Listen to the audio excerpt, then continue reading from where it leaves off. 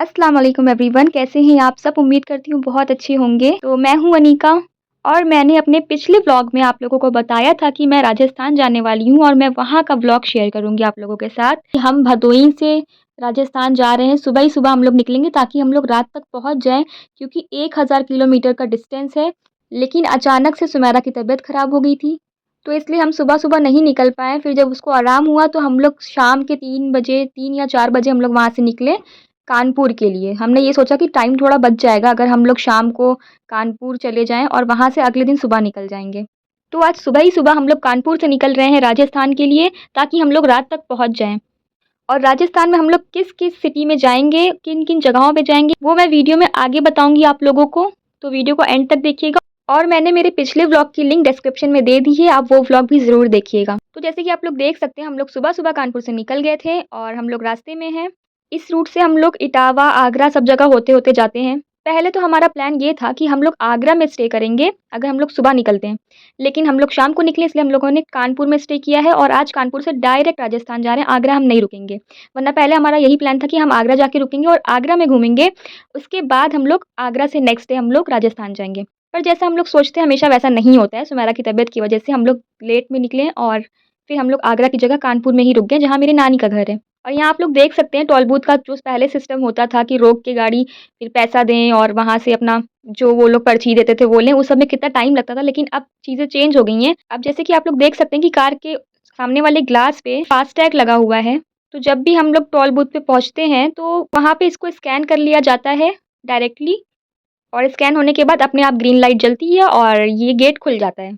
तो इससे टाइम की बचत बहुत होती है। ये बहुत साल से है। ये पहले जो सिस्टम था उसमें बहुत लंबी भीड़ लगी रहती थी गाड़ी की, तो ये सिस्टम काफ़ी अच्छा है। काफ़ी घंटों के बाद दोपहर हो गई थी और सर पे बिल्कुल धूप थी। हम वैसे ही जब राजस्थान में एंट्री करते हैं हम, तो हमें एक रेस्टोरेंट दिखता है अच्छा-सा, तो सबसे पहले हम लोग वहाँ गए खाना-वाना खाने। हमने वहाँ खाना खाया, फिर हम वहाँ से निकल गए। उसके बाद हमें पीनी थी चाय, तो चाय ढूँढते-ढूँढते हम इस जगह पे आ गए।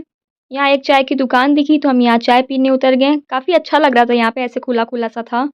और आप लोग देख सकते हैं यहाँ ये क्या बोलते हैं इसको, चारपाई, खटिया जो भी कहते हैं, वहाँ पे हम लोग बैठ के चाय-वाय पिए।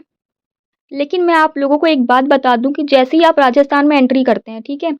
जैसे ही राजस्थान में हमारी एंट्री हुई, वहाँ से जितने भी रेस्टोरेंट, होटल्स या जहाँ भी हम चाय पीने रुके, हर जगह कहीं पे भी खाना सबका टेस्ट चेंज हो चुका था। मतलब बिल्कुल अपने यूपी वाला खाने वाला टेस्ट नहीं था, बिल्कुल भी अच्छा नहीं लग रहा था कहीं खाना। बस ये था कि अब हम आए हैं, तो हमें खाना बस ठीक-ठाक ही लग रहा था खाना, बहुत अच्छा टेस्टी खाना कहीं भी आपको नहीं मिलेगा। राजस्थान में बहुत कम जगह होंगी ऐसी, लेकिन यहाँ हाईवे वगैरह पे बिल्कुल भी टेस्टी खाना नहीं मिलेगा। और यहाँ का पानी, जैसे ही हम राजस्थान में एंट्री किए और एक रेस्टोरेंट में हम रुके हैं, वहाँ पे जब मैंने पानी से कुल्ली की, इतना ज़्यादा मुँह में ऐसा लग रहा था नमक आ गया। यहाँ का पानी बहुत ज़्यादा नमकीन है और रेस्टोरेंट में खाना तो इतना महँगा कि हमारे यूपी से डबल ट्रिपल रेट में मिल रहा है यहाँ पे खाना। और ये मैं वेज खाने का एक्सपीरियंस बता रही हूँ आपको, नॉन-वेज हमने रास्ते में तो कहीं नहीं खाया था। हो सकता है नॉन-वेज खाना बहुत टेस्टी भी हो। अब हमें डायरेक्ट अजमेर जाना था और रास्ते में जयपुर भी पड़ता है अजमेर से पहले। तो हमें बाहर-बाहर से ही डायरेक्ट जयपुर होते हुए अजमेर जाना था। लेकिन रास्ता समझने में थोड़ी मिस्टेक हो गई। तो आप लोग यहाँ देख सकते हैं, ये टनल है जयपुर का, हम लोग इसके अंदर से चले गए और हम लोग जयपुर की सिटी में पहुँच गए। थोड़ा आगे जाने के बाद समझ में आया कि हम लोग अंदर आ गए हैं बहुत, फिर हम लोग अंदर-अंदर से फिर अजमेर गए, इसलिए हम लोगों को एक्स्ट्रा टाइम लग गया। अगर हम लोग बाहर-बाहर से ही निकल जाते तो हम लोग 2 घंटे में आराम से पहुँच जाते, पर हम लोग क्योंकि अंदर आ गए गलती से, हमारा टाइम अच्छा खासा वेस्ट हो गया। तो हमें रात के 11 बज गए थे अजमेर पहुँचने में, बिल्कुल अंधेरा हो गया था। और ये है जयपुर सिटी, जिसको पिंक सिटी भी कहा जाता है। देखिए सिटी के अंदर कितना स्लो चलना पड़ रहा है, काफ़ी ज़्यादा एक्स्ट्रा टाइम लग गया था इसकी वजह से हमें। फिर इसके बाद जब हम वापस जयपुर और अजमेर वाले हाईवे पे पहुँचे, तो हम फिर एक रेस्टोरेंट में रुके चाय पीने के लिए। यहाँ हम लोग चाय-वाय पिए और फिर यहाँ से बिल्कुल बिना कहीं रुके डायरेक्ट हम लोग अजमेर पहुँच गए रात के 11 बजे। तो हम लोगों को राजस्थान में बहुत जगह घूमनी है, लेकिन सबसे पहले हम अजमेर गए, वहाँ ज़ियारत की और उसके बाद हम बाकी जगह घूमने के लिए गए। और दरगाह से 10 किलोमीटर पहले ही हमें ये होटल मिल गया था। हम यहीं पे रुके, हमने यहीं पे स्टे किया और यहीं पे खाना-वाना खाया और फिर मैं और सुमेरा यहाँ झूला झूल रहे थे।